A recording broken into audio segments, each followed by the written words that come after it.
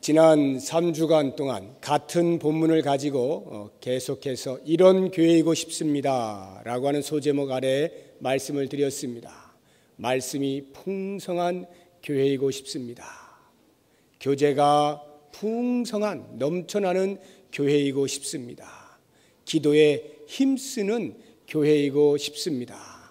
이러한 말씀의 제목으로 함께 생각을 해보았습니다. 이제 오늘은 이런 교회이고 싶습니다. 마지막 네 번째로 영광과 평화가 넘치는 교회이고 싶습니다. 이런 제목을 가지고 함께 생각을 해보려고 합니다. 영광과 평화가 넘친다는 말이 무엇인지 47절에 나와 있습니다. 하나님을 찬미하며 또 온 백성에게 칭송을 받으니 주께서 구원받는 사람을 날마다 더하게 하시니라. 여기를 보시면 초대교회 성도들이 위로 하나님께는 찬양을 했고 옆으로 백성들에게는 칭송을 받았다라고 기록이 되어 있죠. 영광이 넘치는 교회라고 하는 것은 곧 하나님을 찬송하는 소리가 1년 12달 365일 성도들이 모여있는 때마다 모여있는 곳마다 끊임없이 넘쳐나는 교회를 말하는 것입니다. 다시 말씀드리면 하나님을 찬미하는 행위가 곧 하나님의 영광을 인정하고 드러내는 행위가 된다는 말씀입니다. 다음으로 평화가 넘치는 교회라고 하는 것은 이웃으로부터 칭찬을 받는 교회를 말합니다. 우리 교회가 주변의 이웃들로부터 칭찬을 받게 될 때 우리는 우리 안에 있는 평화를 교회 밖으로 흘려보내는 것임을 알아야 하는 것입니다. 이렇게 하늘에는 영광, 이 땅에는 평화가 넘쳐나는 복된 교회가 되기를 주님의 이름으로 축복합니다.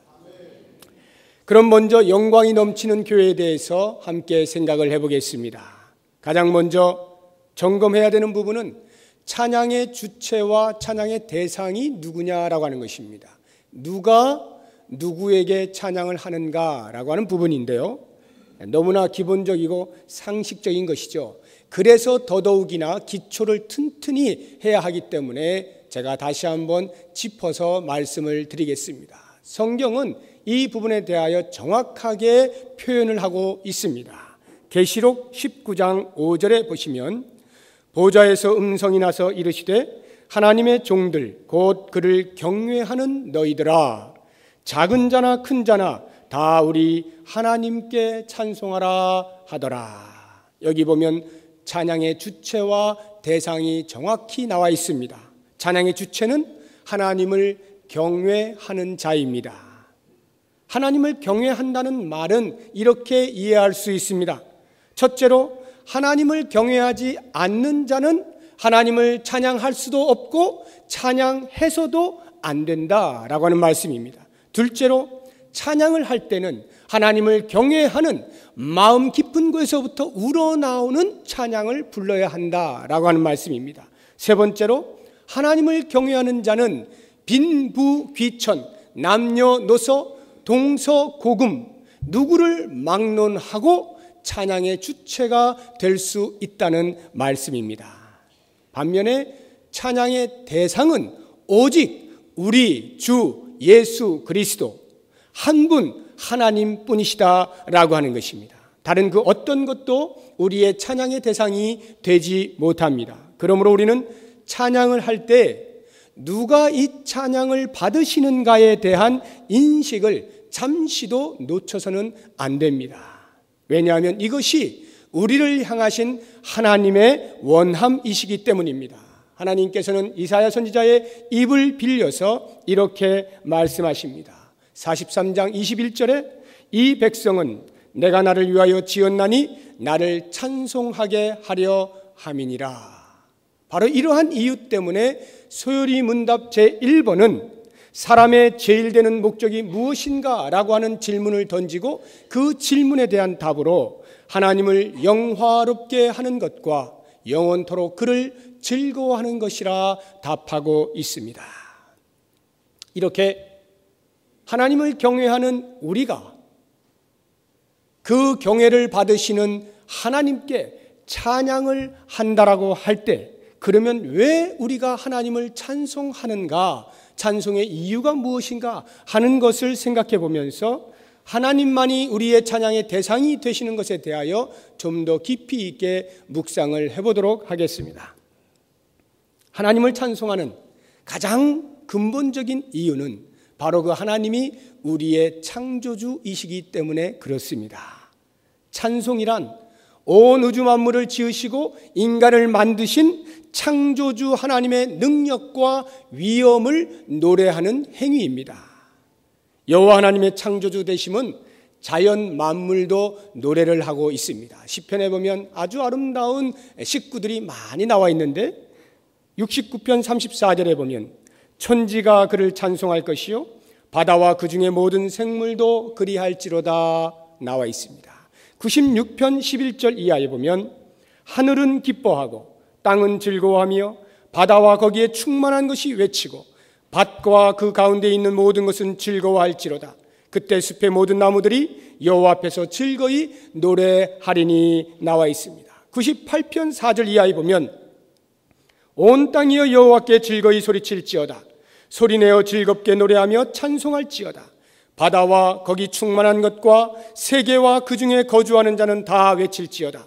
여호와 앞에서 큰 물은 박수할지어다. 산악이 함께 즐겁게 노래할지어다. 이 구절들을 보시면 모두 자연을 의인화하여서 사람으로 의인화하여서 표현한 것임을 알 수가 있습니다. 온 땅과 온 하늘과 온 바다와 거기에 속한 모든 만물들이 하나님께 찬송을 올려드린다 라고 하는 이 표현 속에서 우리는 첫째로 오직 창조주만이 피조물로부터 찬양을 받으실 수 있는 존재임을 알게 됩니다. 사람의 손으로 만들어진 어떤 우상도 우리의 찬양의 대상이 될 수 없습니다. 아무리 훌륭한 사람이라 할지라도 존경을 받을 수는 있을지 몰라도 찬양의 대상이 되어서는 안 되는 것입니다. 둘째로 창조주 되신 하나님은 찬양받기에 극히 합당하신 분임을 강조하는 것입니다. 자연도 이처럼 하나님을 노래하고 있다라고 한다면 하물며 하나님의 형상대로 지음받은 인간이야 말해 무엇하겠습니까?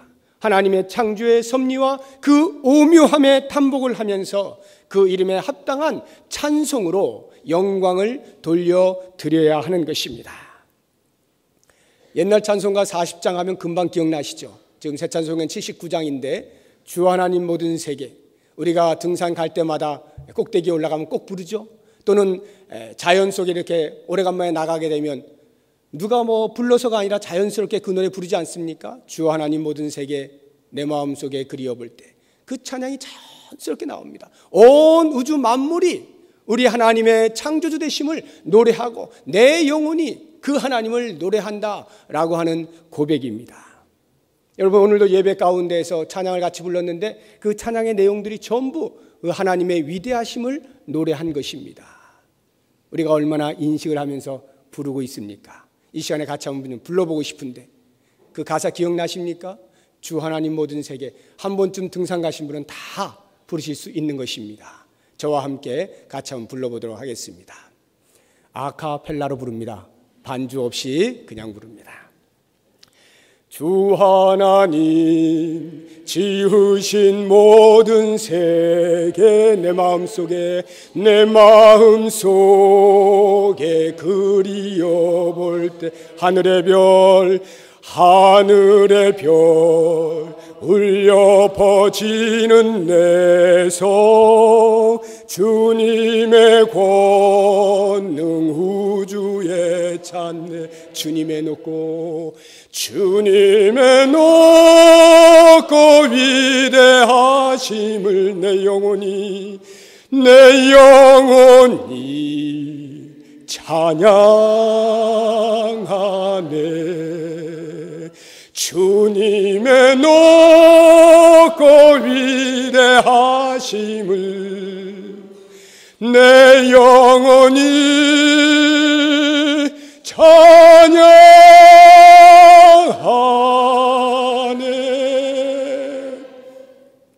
얼마나 멋있습니까?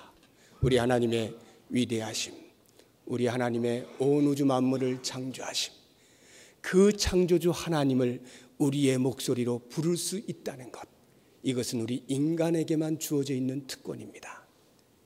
조금 있다가 3절 다시 부를 텐데 우리 방송실 3절 준비해 주시기 바랍니다.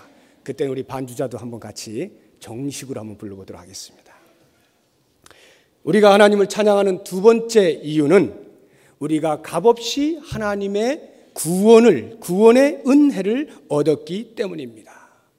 이 초대교회 성도들은 하나님께서 베푸신 구원의 은총으로 인한 감격 때문에 찬송을 하지 않을 수가 없었어요. 날마다 모여 하나님을 찬미하였습니다. 이 구원의 은총은 자신들의 신분을 송두리째 바꾸어 놓았기 때문입니다. 사단의 노예에서 하나님의 자녀로 불러주신 것입니다. 그것도 나에게 어떤 자격이 있어서가 아니라 오직 전적으로 하나님의 은혜로 말미암은 것이었습니다. 왜 나 같은 것에게 이와 같은 놀라운 은혜를 주셨는지 생각하기만 하면 가슴이 벅차올라 노래하지 아니할 수 없게 된 것입니다. 특히 구원을 베푸신 방편을 알게 되었을 때 그들은 더더욱 송구함으로 가득 찬 감격의 찬송을 부르지 아니할 수 없었습니다. 왜냐하면 자신들의 손으로 못 박아 죽인 예수 그리스도, 바로 그 하나님의 아들을 통하여 구원을 얻을 수 있었다는 것을 알게 되었기 때문입니다. 그를 죽음 가운데 두지 아니하시고 다시 살리심으로 온 열방의 주가 되게 하신 하나님, 그래서 그의 이름을 부르는 자는 누구든지 구원을 얻게 하신 하나님, 하나님 편에서는 말할 것도 없거니와 우리 편에 보아서도 하나님의 진노 아래 있던 흉악한 죄인이었는데 어떻게 우리가 그 그리스도를 주라 고백하며 새로운 생명을 받은 자로 살아갈 수 있게 되었는지, 그 은혜를 베푸신 하나님을 생각하면 감사와 감격으로 북받쳐 오르는 찬양을 부르지 아니할 수가 없는 것이죠. 그뿐만이 아니라 그들은 단순히 구원받은 사실에 대해서만 찬송을 부른 것이 아니었습니다. 오히려 자기들의 생각이 바뀌어지는 체험을 하게 되면서 그들의 말이 바뀌고 그들의 행동이 바뀌는 것을 보게 되면서 이 변화를 주신 하나님의 은혜에 대하여 찬송을 부르기 시작했습니다. 세상을 바라보는 가치관이 완전히 달라진 것입니다. 나를 둘러싸고 있는 세상의 환경은 전혀 변한 것이 없는데 그 환경을 바라보고 있는 내 태도가 달라짐으로 세상이 달라 보이는 것이었습니다. 이 땅의 것들로 아등바등 붙잡고 살던 자신들이 영원을 바라보면서 미래를 향하여 살아갈 수 있게 된 이 은혜를 경험하게 되었습니다. 이 생이 마지막 유일한 삶이 아니라 내가 믿는 예수께서 이미 들어가 계신 그곳 천국을 소유한 자로서 그 천국을 경험하는 자로 살아갈 수 있게 된 것, 이것이 찬송의 이유였습니다. 그래서 그 영혼을 바라보면서 이 짧은 순간의 시간으로 그 영혼을 준비하며 살아갈 수 있게 해주신 하나님 앞에 감사하지 아니할 수 없어 그들은 목청을 높여서 모일 때마다 함께 찬송을 부른 것입니다. 사랑하는 성도 여러분, 이것이 비단 우리 초대교회 성도들에게만 해당되는 행위이겠습니까? 아니죠. 오늘 이 시간에 바로 나에게도 그들에게 임하였던 구원의 은총이 나에게도 임함으로 그 구원의 은총을 입고 이 자리에 앉아있는 나로서는, 우리 공동체로서는 당연히 마땅히 우리도 동일한 찬송을 올려드려야 하지 않겠습니까? 내게 드리워져 있던 어둠의 그림자를 물러나게 하시고 내게 묶여있던 사망의 사슬을 끊어주신 주님을 찬양해야 하지 않겠습니까? 우리의 찬송은 바로 이와 같은 구원의 은혜에 대한 마땅한 반응인 것입니다. 그러므로 이 찬송 속에는 반드시 찬송을 받으시는 하나님이 주인으로 계셔야만 합니다. 그래서 우리는 입으로만 부르는 찬송이 아니라 우리의 마음 깊은 곳에서부터 우러나오는 찬송이 되어야 하는 것입니다. 이렇게 부르는 찬송에, 그 부르는 찬송 소리에 생명력이 전달되는 것입니다. 역동성이 있어요. 구원의 소식이 우리의 부르는 찬송의 소리를 타고 흘러 나아가게 되는 것입니다. 그래서 다윗은 시편 68편 19절 이하에서 이렇게 고백합니다. 날마다 우리 짐을 지시는 주 곧 우리의 구원이신 하나님을 찬송할지로다. 하나님은 우리에게 구원의 하나님이시라. 사망에서 벗어남은 주 여호와로 말미암거니와 그의 원수들의 머리 곧 죄를 짓고 다니는 자의 종소리는 하나님이 쳐서 깨뜨리시리로다. 예수 그리스도를 통해서 구원의 은혜를 베푸신 그 하나님을 전심으로 찬양할 수 있기를 바랍니다. 우리 한번 79장 3절 같이 한번 불러보도록 하겠습니다. 79장 3절입니다. 가사를 깊이 묵상하시면서 우리 하나님 앞에 구원을 베푸신 은혜에 대하여 찬양으로 화답을 하십시다.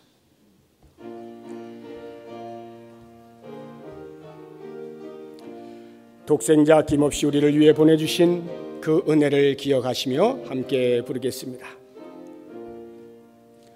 주 하나님 독생자 아낌없이 우리를 위해 보내주셨네. 십자가에 피 흘려주신 주 내 모든 죄를 대속하셨네. 주님의 높고 위대하심을 내 영혼이 찬양하네. 주님의 높고 위대하심을 내 영혼이 찬양하네.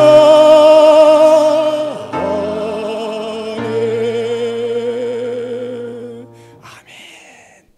우리에게 구원을 베푸시기 위하여 예수 그리스도를 십자가에 못 박으신 그 놀라우신 하나님의 사랑에 대하여 날마다 감사와 감격의 찬송을 부를 수 있기를 바랍니다. 마지막으로 우리의 하나님을 향한 찬송은 홀로 있을 때뿐만이 아니라 특별히 회중 가운데에서 불러야 합니다. 다시 한번 다윗의 고백들을 들어보시기 바랍니다. 시편 22편 22절 내가 주의 이름을 형제에게 선포하고 회중 가운데에서 주를 찬송하리이다. 35편 18절 내가 대회 중에서 주께 감사하며 많은 백성 중에서 주를 찬송하리이다. 시편 40편 3절 새 노래 곧 우리 하나님께 올릴 찬송을 내 입에 두셨으니 많은 사람이 보고 두려워하여 여호와를 의지하리로다. 57편 9절에 주여 내가 만민 중에서 주께 감사하며 뭇 나라 중에서 주를 찬송하리이다. 많은 사람들 앞에서 찬송을 부르는 것이 중요한 것입니다. 열방이 그 찬송의 소리를 듣고 하나님의 살아계심을 확인하게 되기 때문입니다. 지금 우리 교회는 예배당이 2층입니다. 마음껏 찬양을 부를 수 있습니다. 요즘 예배당을 짓는 교회들이 종종 지하로 예배당을 짓습니다. 그 이유가 무엇이냐 하면 하도 주위에서 불평을 해서 이렇게 구청에다가 너무 시끄러워서 못 살겠습니다. 이런 이제 뭘 하잖아요. 그 뭐라 그래요? 이렇게 민원을 하잖아요. 민원을 자꾸 이렇게 하니까 마음껏 부르고 싶은데 그게 안 되는 거예요. 그래서 지하로 이제 예배당을 만들고 마음껏 부르고 우리도 마음껏 부르고 또 주변의 이웃에게도 전혀 방해를 주지 않는 그러한 목적으로 지하의 예배당을 이렇게 만드는 경우들이 왕왕 있습니다. 대단히 중요한 것이죠. 윤리적으로 참 다른 사람들에게 피해를 주지 않는 좋은 취지입니다. 그럼에도 불구하고 제 마음속에 한 구석에는 허전함이 있어요. 그렇게 하는 것에 대하여 무엇이냐?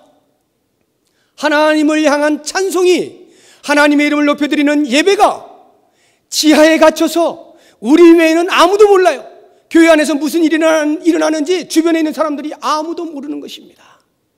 여러분, 우리는 신앙의 자유를 찾아 우리 목청껏 마음껏 부르기 위하여 지하에서 하고 있는지는 모르겠지만 주변에서 교회 안에서 무슨 일이 일어나는지 전혀 모른다면 과연 그것이 교회이겠는가? 찬송은 회중 가운데에서, 찬송은 많은 사람이 듣는 데에서 불러야만 그 찬송의 대상에 대한 인식이 생기는 것입니다. 그러므로 우리는 아직 지하에 없잖아요. 2층에 있을 때 여러분 더 크게 노래를 불러야 됩니다. 하나님의 이름을 높여야 됩니다. 주변 사람들 너무 시끄럽지 않을까요? 괜찮습니다. 여러분 술 마시고 고성방가하는 거 아니라면 목적이 분명하지 않습니까? 살아계신 하나님을 찬양하는 우리의 뜨거운 열정이 분명히 그들에게도 전달될 거예요. 왜요? 살아있기 때문에 그렇습니다. 그러므로 여러분 찬양은 많은 사람들이 있을 때 더 큰 소리로 힘차게 불러야 되는 거예요. 만약에 여러분들이 함께 모여 찬양을 부르는데 입을 그냥 뻥끗 이렇게 부르거나 아니면 마음은 콩밭에 가 있는 채 입만 왔다 갔다 만약에 하신다면 마귀는 너무너무 좋아합니다. 사단은 옳거니 우리가 입 뻥끗할 때 그는 입을 함박꽃처럼 벌리고 호탕한 웃음을 지으면서 너희들은 내 손아귀에 들어왔다 이렇게 말하는 것입니다. 여러분 반대로 생각해 보십시오. 우리가 만약에 우리의 목청을 다하여서 우리 있는 힘을 다하여 정성을 다하여서 진실하게 정성껏 하나님을 찬양하는 소리로 올려보낸다고 생각을 해보십시오. 사단은 아마 저 구석에 가서 슬피 울며 이를 부득부득 갈고 있을 것입니다. 우리의 찬양은 하나님께 영광을 올려드리는 것이기 때문에 그 영광이 만천하에 드러나도록 찬송을 불러야 하는 것입니다. 사랑하는 성도 여러분, 어떻습니까? 우리 교회는 어떻게 찬양을 부르고 있습니까? 여러분들은 전심으로 하나님을 찬양하고 있습니까? 정말로 온 우주 만물을 창조하시고 나 같은 죄인도 살리신 그 하나님의 구원의 은총을 기억하며 찬송을 부르고 있습니까? 오늘 이 시간도 여전히 하나님의 베푸시는 은혜로 말미암아 내가 산다 고백하며 그 하나님의 신실하심에 대하여 찬송을 부르고 있습니까? 우리 교회가 얼마나 찬양대가 찬양을 잘 하십니까? 제 마음속에 이런 소망이 있어요. 물론 지금 그렇지 않다는 것이 아니라 그러시겠죠. 그러나 한 번 더 도장을 찍자는 말입니다. 지휘를 하실 때 내 마음속에 하나님의 베푸신 구원의 은총에 대하여 깊은 감사와 감격으로 지휘를 하면 집사님 어때요? 손이 날아가죠. 손이 날아가요. 그 기쁨으로 할 때 그 손이 날아갑니다. 그런데요 마음에 감격이 없어요. 그럴 때 어때요? 손이 빨리 끝났으면 좋겠죠. 안 그런가요? 무겁잖아요. 굉장히 무거워요. 이게 굉장히 무거운 거예요. 우리 관현악 여러분, 정말로 하나님이 복을 주셔서 여러분들에게 악기를 다룰 수 있는 달란트를 주셨습니다. 얼마나 귀합니까? 그것으로 하나님의 이름을 높여드리는데 지금 사용을 하고 있습니다. 그런데 만약에 내 마음속에 구원의 감격이 없고 단순히 전문적인 기술을 가지고만 한다라고 한다면 아무리 훌륭한 선율이 나온다 할지라도 하나님의 찬송과는 거리가 먼 거예요. 그러므로 여러분의 마음 가운데 그 무엇보다도 가장 중요한 하나님을 향한 사랑의 마음, 구원을 베푸신 그 은혜에 대한 감격을 가지고 여러분 바이올린 하시고 첼로 하시고 플루트 하십시오. 그러면 그 소리가 내가 가지고 있는 실력보다 100배, 1000배 낮게 들려집니다. 놀라운 은혜가 있는 것을 경험해 보시기 바랍니다. 우리 찬양대원 여러분, 여러분은 다 구원의 은혜를 체험한 사람이기 때문에 서 계시는 줄 압니다. 그럼에도 불구하고 날마다 그와 같은 구원의 감격이 있지 아니하면 비록 내가 구원받았다 할지라도 그 찬송의 소리가 허공을 치고 맙니다. 아무리 아름다운 화음을 이루어서 냈다 할지라도 그것을 하나님이 받으실 리 만무하죠. 그러므로 여러분이 찬양을 부르는 그 순간에 자신을 잘 돌아보십시오. 내가 과연 그 하나님의 베푸신 구원에 대한 감격으로 부르고 있는가? 그러한 뜨거운 마음으로 부를 때에 여러분, 우리 모든 성도들은 여러분이 부르는 그 찬송의 소리를 듣고 함께 눈물로 동참하지 아니할 수 없는 것입니다. 사랑하는 여러분, 이것이 비단 찬양대의 문제이겠습니까? 찬양대만 그렇게 하면 다 되는 것입니까? 아니요. 이들은 교회를 대표하여 찬양을 부르는 것이기에 더더욱이나 정교하게 잘 준비하여 드려야 하겠지만, 우리 모든 성도들도 동일하게 아까 말씀드린 대로 오직 여호와를 경외하는 자가 찬송의 주체가 되는 것 기억하시고, 이 자리에 부름받은 우리 모두는 다 그와 같은 모습으로 찬송을 불러야 하는 것입니다. 뜨거운 감격을 가지고 한 절 한 절을 부를 때 그 말씀의 의미를 깊이 묵상하면서 그렇습니다 하나님, 그렇습니다, 이것이 나의 고백입니다 라고 하면서 찬송을 부를 때, 그 부르는 찬송을 통하여 하나님의 영광이 온 우주에 가득하게 되고 이 교회 안에 가득하게 되고 우리의 삶 가운데 임하게 되는 것입니다. 이와 같은 찬송의 놀라운 축복이 우리 교회 평생에 이어질 수 있기를 주의 이름으로 축원합니다. 이제 큰 두 번째로 평화가 넘치는 교회에 대해서 생각을 해보겠습니다. 이렇게 찬송을 통하여 하나님께 영광을 드리는 그 영광이 넘칠 때 그 영광에 대한 반추가 곧 이 세상을 향한 평화의 끼침입니다. 평화가 넘치는 교회, 좋은 교회는 이 땅에 평화를 선포하고 평화를 전합니다. 선한 영향력들을 통하여 평화를 만들어 갑니다. 초대교회 성도들은 온 백성들에게 칭송을 받고 평화를 전하는 공동체였다라고 말씀하고 있습니다. 어떻게 해서 이와 같은 칭송을 받을 수 있었는가 함께 생각해 보겠습니다. 첫 번째, 그들에게는 사회법을 넘어서는 윤리적인 삶이 있었습니다. 1, 2세기를 살았던 초대교회 성도들의 윤리적 수준이 어떠했을까를 알려주는 자료가 우리에게 있습니다.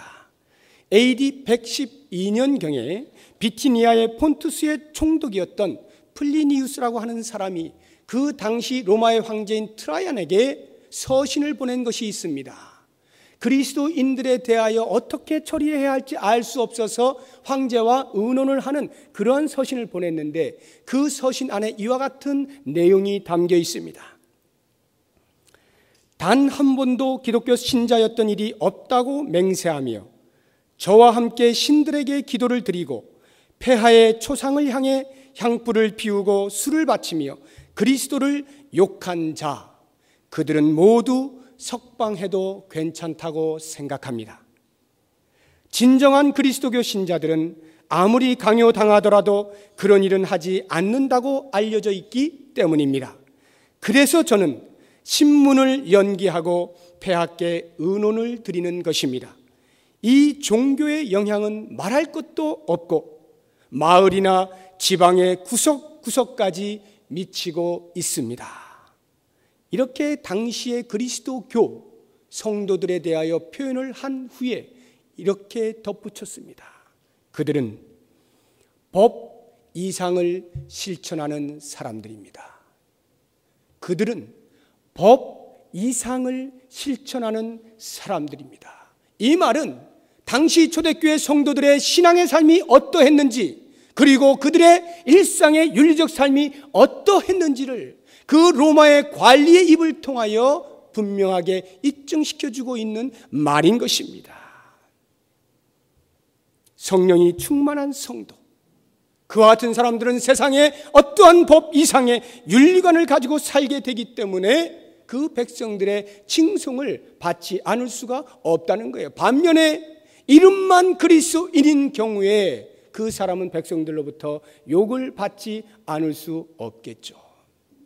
이 구약의 윤리는 신약에 와서 더욱더 강화가 된 것을 볼 수가 있습니다. 구약의 윤리는 율법으로 제정된 법입니다. 하나님의 백성들에게 주어진 것이기 때문에 그 윤리법은 하나님의 백성다운 수준에까지 요청되는 것이었습니다. 그래서 그들이 그 윤리법을 다 지켜내기가 매우 힘들었습니다. 타락한 인간이 비록 하나님의 일시적인 조치로 인하여서 관계 회복의 상태를 유지하고는 있었지만 그 요청이 너무나 높은 수준이었기 때문에 거기에 도달하기에는 그들로서는 역부족이었던 거예요. 반드시 지켜야만 하는 어떠한 의무적인 윤리의식을 가진 이스라엘 백성들에게 있어서 이와 같은 윤리법은 무거운 짐일 수밖에 없었던 것입니다. 하지만 예수 그리스도로 말미암아서 새로운 생명을 부여받은 신약의 사람들에게 구약의 윤리는 더 이상 지킬 수 없는 무거운 짐이 아니었습니다. 구약의 윤리보다 훨씬 강력한 윤리관이 형성되었음에도 불구하고 단순히 의무적으로 지켜야만 했던 윤리를 넘어서서 지켜야 할 이유를 알고 그 지킬 수 있는 힘이 그들 속에 공급됨으로써 넉넉히 감당할 수 있었던 것입니다. 예를 들어서 구약의 윤리에 의하면 신호등이 빨간불이면 서고 파란불이면 지나가면 됩니다. 파란불에 운전을 하는데 보행자가 실수로 그 차선으로 이렇게 지나왔습니다. 그래서 상처를 입었습니다. 그렇다라고 할 때에 구약의 윤리에 의하면 그것은 보행자의 실수로 보행자가 봉변을 당한 것뿐입니다. 즉 파란불에 합법적으로 가고 있었기 때문에 법으로 보호를 받을 수가 있는 것입니다. 다시 말하면 법 아래서 결과로 나타난 현상에 대해서만 책임의 유무를 묻는 것이 구약의 윤리법이었던 것입니다. 그러나 신약의 윤리는 그렇지 않습니다. 비록 내가 법을 잘 지켰다 할지라도 만약 사람을 치었다라고 하면 그 사람을 다치게 한 것에 대한 윤리적인 책임을 지는 법 이상의 윤리가 요구되는 것입니다. 현상이 아닌 본질에 대한 윤리를 요구하는 거죠. 이것이 바로 형제에 대하여 나가라는 자마다 곧 살인하는 자라라고 하는 말씀의 신약적 해석의 의미인 것입니다. 그러므로 신약을 살고 있는 오늘 우리들은 사회의 법을 지키는 것으로 의의를 다 나타내는 것이 아닙니다. 우리의 선한 양심과 신앙의 법을 따라서 이 사회의 법을 넘어서는 윤리관을 실천함으로 하나님의 백성됨을 드러낼 수 있어야 하는 것입니다. 이렇게 사는 삶을 보고 세상 사람들은 우리에게 칭송을 마다하지 아니하는 것입니다. 우리는 어떻게 살고 있습니까? 과연 우리의 윤리의식은 어떠합니까? 그리스도인으로서 세상 사람들에게조차 손가락질 받을 그러한 윤리적 의식을 가지고 살고 있지는 아니합니까? 한번 잘 돌아보면서 이 세상법 이상의 신앙의 양심의 소리를 따라서 반응할 수 있는 세상의 법을 초월하는 그와 같은 거룩한 삶을 살아드림으로 우리의 윤리의 모습을 보고 우리의 주변에 있는 이웃들이 우리를 칭찬하는 소리를 들을 수 있기를 바랍니다. 이제 다음으로 교회가 이 세상으로부터 진정한 칭송을 받으려면 기독교 본연의 모습을 하고 있어야 합니다. 교회가 그리스도의 생명을 떠나서 군중들의 호기심과 군중들의 관심을 좇을 때 오히려 군중은 떠나는 것을 볼 수 있습니다. 군중의 편에 서서 군중을 위하여 목숨을 바친 것 같은데 군중은 떠나 있습니다. 왜냐하면 그곳에 생명이 없기 때문입니다. 생명이 없는 곳엔 사람이 모이질 않아요. 처음에는 호응하고 처음에는 박수를 칠지 몰라도 결국 생명이 없는 곳에는 군중의 외면이 있을 뿐인 것입니다. 현실적으로 많은 진보 신학들이 이 군중을 위한 삶을 바탕으로 해서 발전을 해왔습니다. 남미의 해방 신학을 기점으로 해서 아프리카의 흑인 신학, 여성들의 지위를 옹호하는 여성 신학, 우리나라에서는 민중들을 위한 그런 민중 신학 등등 많은 신학들이 군중의 입장에서 활동을 하고 있는 신학들입니다. 그동안 많은 발전을 해왔습니다. 그러나 오늘날 지금 이 시점에서 오랜 세월이 흘러 그 역사를 더듬어 볼 때 그들에게 남아있는 것이라곤 오직 생명 없는 학문 활동과 힘의 논리에 입각한 행동주의나 정치 색깔뿐인 것입니다. 교회가 할 일은 오직 이것입니다. 그리스도가 모든 군중의 최대의 관심사가 되도록 하는 것, 이것이 교회가 진정으로 해야 할 일입니다. 그리스도를 소개할 때 가장 가치 있는 것임을 우리가 알아야 한다는 것입니다. 왜냐하면 그 그리스도 안에 생명이 있기 때문입니다. 예수 믿으면 밥이 나와 돈이 나와 이렇게 말하던 어제의 군중들이 오늘 예수를 믿게 되면서 밥과 돈으로 살 수 없는 그 생명 때문에 기뻐하는 것을 우리가 얼마나 많이 보아오고 있습니까? 기독교 본연의 모습, 그것은 생명입니다. 생명은 결단코 가만히 있지 못해요. 갓난 아이들을 보십시오.